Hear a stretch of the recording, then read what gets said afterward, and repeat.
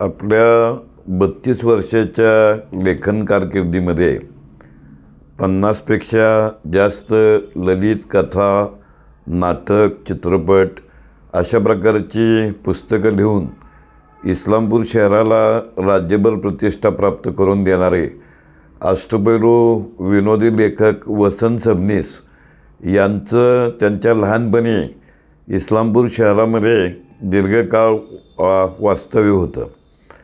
असा असावा वरुण रांगडा मराठमोळ्या बोलीचा, आत फुलावी कळी कलेची, वास नसावा होळीचा, अशी ठाम भूमिका व्यक्त करणाऱ्या विच्छा माझी पुरी करा या लोकनाट्याचे लेखक म्हणून वसंत सबनीस हे महाराष्ट्रभर सर्वपरिचित आहेत. विनोदी साहित्यामध्ये त्या परंपरेमधलं वसंत सबनीस हे एक ठळक नाव आहे. 6 डिसेंबर 1922ला त्यांचा जन्म झाला. आईच्या निधनानंतर ते इस्लामपूरहून पंढरपूरला शिकायला गेले. त्यांना संत गाडगे महाराज, कैकाडी महाराज, तुकडोजी महाराज यांचा सहवास लाभला. शाळेत असताना त्यांनी क्षितिज नावाच्या त्रैमासिकाचं संपादन केलं होतं. नंतर ते पुढे फर्ग्युसन महाविद्यालयामध्ये गेले पुण्याला आणि पुण्यामध्ये फर्ग्युसोनियन या नियतकालिकामध्ये ते सातत्यानं लिहित राहिले. तर पुढे गुजरातमधल्या बडोदामधल्या अभिरुची या मासिकामध्ये त्यांच्या कविता लेख प्रकाशित झाले. ते पत्रकार पण होते. दैनिक लोकशक्तीमध्ये ते उपसंपादक होते आणि त्यांचं सुरुवातीचं लेखन हे रघुनाथ दामोदर सबनीस या नावानं प्रकाशित झालं. 1949 पासून त्याने महाराष्ट्र शासनाचं जे मुखपत्र आहे त्या मुखपत्राचं लोकराज्य हे जे मुखपत्र आहे त्या मुखपत्राचे देखील ते दीर्घकाळ संपादक होते. त्याचबरोबर किशोर आणि दक्षता या मासिकांचेही ते संपादक होते. वसंत सबनीसांच्या संपादकीय कारकिर्दीत या किशोर मासिकाला राष्ट्रीय पातळीवरचा उत्कृष्ट बालमासिक हा पुरस्कार मिळाला होता.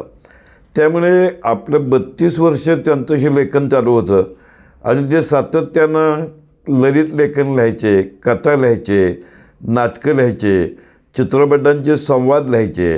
म्हणजे सुप्रसिद्ध विनोदी लेखक पु ल देशपांडे हे म्हटले की वसंतच्या सांगण्याच्या गुणामुळे त्याची पुस्तकं ही कथनं आहेत, लेखने नाहीत. त्यानंतर पानदान, भारूड, मिरवणूक, पंगत, खांदेपालट, पखाल, आपाड्या, बोका झाला संन्याशी, गुदगुल्या, सबनीशी, माजेश्वरी, सोबती अशी त्यांची अनेक पुस्तके चर्चेत राहिली. मध्यमवर्गीय कुटुंब आणि भोवतालच्या बदलाचं बोचरं वास्तव यांचा सबनीसांनी हासरा वेध घेतला. किंबहुना हेच त्यांच्या नाटकांचं खास वैशिष्ट्य होतं. त्यांच्या विनोदी कथाकथनाचे 500हून अधिक प्रयोग राज्यभर झाले. प्रासंगिक विनोद आणि संवादशैली यांच्या जोरावर ते जीवनातलं नाट्य अचूक पकडत असत. आज सबनीस परिचित आहेत ते प्रामुख्यानं त्यांच्या विच्छा माझी पुरी करा या लोकनाट्यामुळे. विच्छा माझी पुरी करा दादा गुंडके हे सिने अभिनेता म्हणून प्रसिद्ध पावण्यापूर्वी विच्छा माझी पुरी करा या लोकनाट्यामध्ये काम करत. या लोकनाट्याचे राज्यभर 1185 प्रयोग झाले. या 1185 प्रयोगापैकी 550हून अधिक प्रयोगात वसंत सबनीस यांनी दादा कोंडके यांच्या समवेत बतावणीमधनं लेखकाची भूमिका सादर केली होती.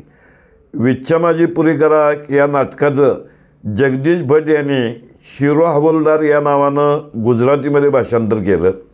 तर उषा बॅनर्जी यांनी सय्याभये कोतवाल या नावाने हिंदी भाषेत भाषांतर केलं. राजेंद्र मेहरा आणि रमेश राजहंस यांनी याच विच्छा माझी पुरी कराचं इंग्रजी भाषेमध्ये टेम्प्ट मी नॉट या नावानं भाषांतर केलं. तेव्हा गुजराती, हिंदी आणि इंग्रजीतील या नाटकाच्या प्रयोगांना प्रेक्षकांचा उत्तम प्रतिसाद लाभला. सबनीसांची इतर लोकनाट्य वीणा मासिकाच्या दिवाळी अंकातून प्रसिद्ध झाली आवाज हे पाटकरांचं विनोदी दिवाळी अंक हा सगळीकडे प्रसिद्ध आहे. या अंकाचे ते नियमित लेखक होते. जीवन आणि मृत्यू या विषयात सखोल विनोद शोधण्याच्या त्यांच्या कौशल्याबद्दल दुसरे विनोदी लेखक जयवंत दळवी यांनी त्यांचं कौतुक केलेलं आहे. त्यांनी अनेक चित्रपटासाठी लिहिलं. सोंगाड्या, जमलं व जमलं, बहिरू पैलवान की जय, गंमत जम्मत, एकटा जीव सदाशिव आदी 27 चित्रपटाकरता त्यांनी कथा, पटकथा, संवाद लेखन केलं. म्हणजे 1933 साली अखिल भारतीय नाट्य संमेलनाचे ते अध्यक्ष होते. त्यांना कैलासवासी गोब देवल आणि आचार्य अत्रे पुरस्कार मिळाले. हलक्या फुलक्या विनोदाने मराठी मनावर राज्य करणाऱ्या या लेखकाचं 15 ऑक्टोबर 2002ला निधन झालं. विनोदाच्या क्षेत्रामध्ये अविस्मरणीय कामगिरी करणारे वसंत सबनीस हे त्यांच्या लहानपणी इस्लामपूर शहरामध्ये सबनीसवाड्यामध्ये राहत होते. त्यामुळे ते आजही इस्लामपूरचं नाव राज्याच्या साहित्यिक नकाशावरती पोचवल्याबद्दल इस्लामपूर शहराचा मानबिंदू आणि इस्लामपूर शहराचं महत्त्वाचं सांस्कृतिक संचित होत.